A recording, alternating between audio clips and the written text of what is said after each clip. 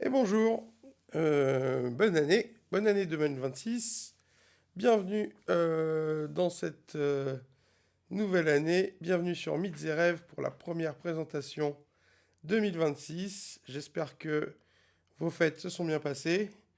Personnellement, j'ai un peu pris froid avec ce froid, mais je suis content de vous retrouver. Et donc, je vous souhaite la bienvenue pour cette première présentation 2026 qui tourne autour des enseignements du Bouddha, ou plutôt de ce que j'en retiens, et que j'ai nommé Héritage du Bouddha dans ma pensée. Allons-y de suite. Donc, mes références spirituelles sont essentiellement chrétiennes et kabbalistiques. C'est en ça que ces traditions ont fortement orienté ma pensée durant la reconstruction de mon psychisme après mon trouble dissociatif de bouffées délirantes, il y a maintenant 25 ans. Je ne me suis intéressé aux évangiles qu'à l'âge adulte et en tant qu'athée dans un premier temps, et la morale chrétienne m'a aidé à retrouver les repères que j'avais perdus dans la maladie, dans la folie. Quant à la Kabbale, elle m'a ouvert aux réalités transcendantales et je continue aujourd'hui encore d'explorer l'au-delà à partir de ce point de vue, dirons-nous. Mais avant ça, je m'intéressais déjà à la spiritualité sans la foi, et notamment à la figure du Bouddha et à ses enseignements. Donc, je suis fils de mon époque, et à l'adolescence, je refuse de m'identifier aux valeurs réactionnaires de l'Église, et le bouddhisme est une source de sagesse agréable à mon esprit. J'étais donc enclin à la méditation, à la contemplation et au recul sur soi. À sa manière, le Bouddha m'a accompagné toute ma vie et certains axiomes majeurs de ma pensée en sont toujours issus. Et je voulais vous les présenter. Donc, premièrement, la vie comme une leçon. Je garde un certain nombre de principes et d'idées directement issus du bouddhisme. Elles sont toujours aussi heureuses pour moi, même aujourd'hui. La première d'entre elles, et on ne sait pas vraiment pourquoi on retient quelque chose plutôt qu'autre chose des fois, c'est donc l'idée que nous soyons au monde pour comprendre. C'est-à-dire, il y a une parole qui dit, si une vérité est trop difficile pour toi à accepter, refuse-la. Et elle finira par revenir au bon moment. Et donc ici l'idée que la vérité s'impose naturellement à l'homme avec le temps, et qu'intégrer la vérité à son propre rythme est le chemin évolutif de l'âme naturellement. Il faut apprendre à accepter les dures réalités du monde, sans pouvoir éviter, mais mieux, c'est elles qui viennent à nous et nous façonnent tels que nous sommes. Donc c'est une attitude qui est ici décrite par le Bouddha, qui, ma foi, reste heureuse pour moi jusqu'à aujourd'hui. Il faudrait donc s'habituer à la vérité et à sa difficile acceptation, car son intégration nous attend tout au long du chemin. Cependant encore, il est plus sage de conserver le peu d'équilibre qui est le nôtre pour persuader notre avancement que de vouloir se confronter à quelque chose d'impossible pour soi. Et c'est ici la sagesse de cette perle qui dit que de toute manière on ne peut pas refuser la vérité et qu'il faut se disposer à pouvoir l'accepter et que de toute manière c'est elle qui veut venir vers nous. Donc cette perle de sagesse est un véritable contrat avec le ciel. C'est reconnaître la vie comme une enseignante et l'esprit comme un professeur, sans demander plus que nous sommes capables. Le ciel, j'en suis convaincu, est attentif à toutes nos requêtes, à chacune de nos prières. Accepter le ciel, le sort, pour guide, c'est ouvrir la porte de son âme à la transcendance et confiner à une attitude attentive aux autres et respectueuse du créé.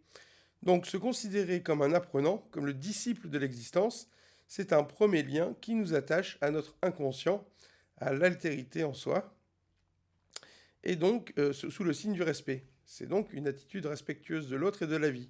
L'autre est celui qui détient une information sur ce que nous sommes. Si nos échanges sont heureux, il me dévoilera un aspect de moi-même que je ne connaissais pas. C'est donc de bien belles inclinaisons qui découlent de cette perle de sagesse qui dit que, en fait, l'homme est un apprenant des réalités de la vie et qu'il doit apprendre à les intégrer au fur et à mesure et à son rythme. Donc la seconde leçon qui découle de cette maxime, c'est le pouvoir de l'attention, c'est-à-dire que nos problèmes ont un esprit et que nous sommes en dialogue permanent avec eux. Il suffit parfois d'écouter pour comprendre. Ainsi, chaque expérience couvre une leçon qu'il nous faudra intégrer un jour. Donc voilà, ça c'était la première et le premier souvenir des enseignements bouddhiques que j'ai, c'est cette attitude cette attitude d'apprenant face à l'existence, d'apprenant perpétuel et de réceptacle de la sagesse universelle, de la conscience comme un réceptacle de la sagesse universelle.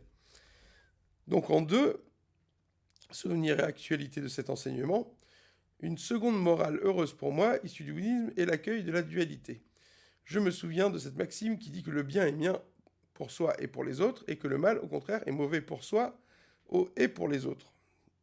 En effet, dans un échange heureux, il n'y a pas de perdant. Le premier donne quelque chose qui est sien contre autre chose qu'il n'a pas. Les échanges heureux sont donc gagnant-gagnant, les deux parties en sont satisfaits. De même, dans la transgression, nous faisons souffrir les autres, et nous souffrons nous-mêmes dans le remords le plus souvent. Ainsi peut-on aimer le bien complètement et haïr le mal sans regret. Le mal n'est pas nécessaire dans les échanges, car il fait souffrir, et il est malheureux pour soi de faire souffrir les autres. C'est donc en premier lieu par amour de soi qu'il faut refuser le mal. Ainsi pouvons-nous aimer le bien sans compromis, dans la jouissance d'un cœur pur et d'une expérience profitable. Le mal est un regret qui doit s'éteindre un jour. Voilà l'essentiel de ce que je retiens finalement. Et au-delà, tout revient toujours un peu au même avec ce que j'ai intégré et compris de la philosophie bouddhiste. Il y a encore une autre parole qui dit que l'âme est telle un arc et que trop tendue, elle casse, pas assez tendue, elle ne remplit pas son rôle. L'idée est toujours la même, nous sommes un instrument et nous devons confiner à l'attitude qui nous permettra de tirer le meilleur de nos expériences. Dans la méditation, nous apprenons que notre âme est vierge de toute leçon à l'origine, et telle est notre vraie nature. Faire le vide en soi nous met à disposition du sens de nos existences. Méditer nous met en contact direct avec la partie céleste de notre être. Face à elle, face au grand soi ou au soi supérieur, il faut se comporter avec respect et dans un état de réceptivité. C'est donc cet état de réceptivité aux leçons de la vie dont je me souviens essentiellement pour mon commerce avec le bouddhisme. Alors la vie peut nous enseigner sa leçon et nous rendre à nous-mêmes quand nous nous sommes trompés. Grâce à la méditation, la vie devient une adversité entre mon état de grâce, mon équilibre, et tout ce qui m'empêche à moi-même et me perturbe. C'est pourquoi le Bouddha dit, si quelque chose est trop fort et trop dur à accepter, refuse-le. Parce que de toute manière, il reviendra. Et l'important est notre équilibre, notre réceptivité. La méditation nous révèle donc qui nous sommes et ce que nous sommes vraiment, c'est-à-dire cette disposition à l'expérience qui caractérise notre état d'éternité. Ainsi, nous donnons l'espace à notre pensée pour qu'elle s'élabore et se déploie dans l'immensité du créé. Ainsi, nous donnons-nous les moyens de réussir nos vies. En invoquant ainsi les forces nécessaires au combat journalier pour les conditions de notre équilibre, nous nous mettons en condition de réussir, nous puisons la force de vaincre.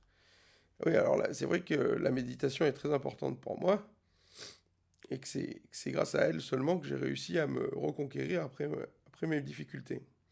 Notre nature véritable échappe à l'espace et au temps, et la conscience de cette nature profonde et intime est certainement le début de l'éveil. Tout à fait. Tout à fait. Il faut comprendre, oui, c'est toujours la même chose, il faut comprendre qu'on soit ici pour apprendre. Dans le commerce introspectif qui est commerce avec notre essence éternelle que certains nomment l'ange gardien, que l'on peut aussi appeler le nirvana ou le vœu de notre vie réussie, en philosophe si on préfère, nous apprenons à répondre aux exigences du destin. Ainsi, la méditation nous enjoint à nous élever au contact du réel jusqu'à rejoindre notre destination, l'idéal d'humanité qui est le nôtre et dont nous voulons devenir l'incarnation. Voilà autant que je tiens et que je tire de l'enseignement du Bouddha, autant qui m'accompagne au jour le jour et que je défends depuis. Je ne puise plus tant dans cette sagesse aujourd'hui pour augmenter, mais ce que j'ai retenu, ces enseignements que j'ai retenus, sont la base de ce en quoi je crois et de ce que je conduis au jour le jour encore aujourd'hui, et je voulais donc en témoigner. Conclusion, le Bouddha nous enjoint à la sagesse et à la circonspection. Il suffit d'une seule phrase, d'une seule maxime qui nous parle et nous touche, et nous avons en nous tout un enseignement qui nous accompagne. Je reste fidèle à ce que j'ai compris grâce à la sagesse orientale, et elle est aujourd'hui encore le fondement de ce que je pense, parce que je ne l'ai pas reniée et qu'elle était là en premier. Le souvenir de ces lectures m'habite, et je remercie le Bouddha pour ce qu'il a apporté dans ma vie. C'est cette approche de la réalité comme un problème dont nous sommes la solution. Voilà donc pour cette première présentation de l'année autour des enseignements du Bouddha. J'espère que ça vous inspirera. Je vous donne donc rendez-vous jeudi pour le live, jeudi à 18h, pour le premier live de l'année. D'ici là, je vous souhaite le meilleur et je vous souhaite encore une fois un bon début d'an.